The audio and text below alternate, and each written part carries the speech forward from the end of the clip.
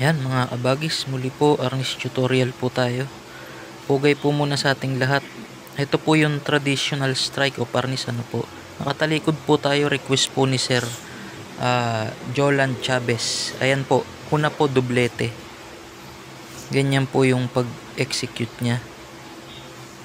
1, 2, 3, 4. Ito po, bilisan po natin ng konti. Yan, ganyan po yung pag-execute ng dublete. Sunod naman po natin yung dublada. 1, 2. Yan, sana po makuha po ninyo at nakatalikod na po tayo. 1, 2. Bilisan po natin. Ayan, ganyan po yung pag-execute ng dublada.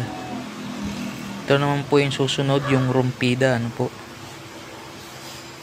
1, 2. 1, 2.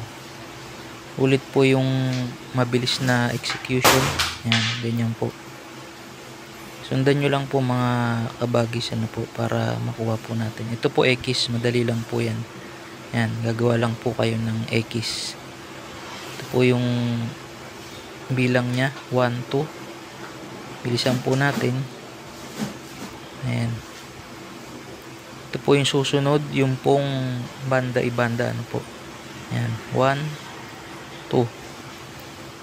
1, 2. Bilisan po natin. Ayan, ganyan po yung pag-execute nya.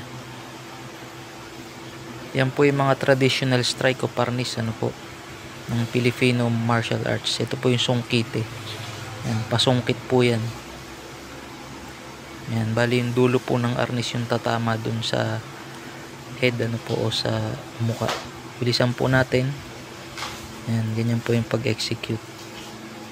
Ayan, yung iba po mga kabagis sa susunod po nating video po. Salamat po, pugay.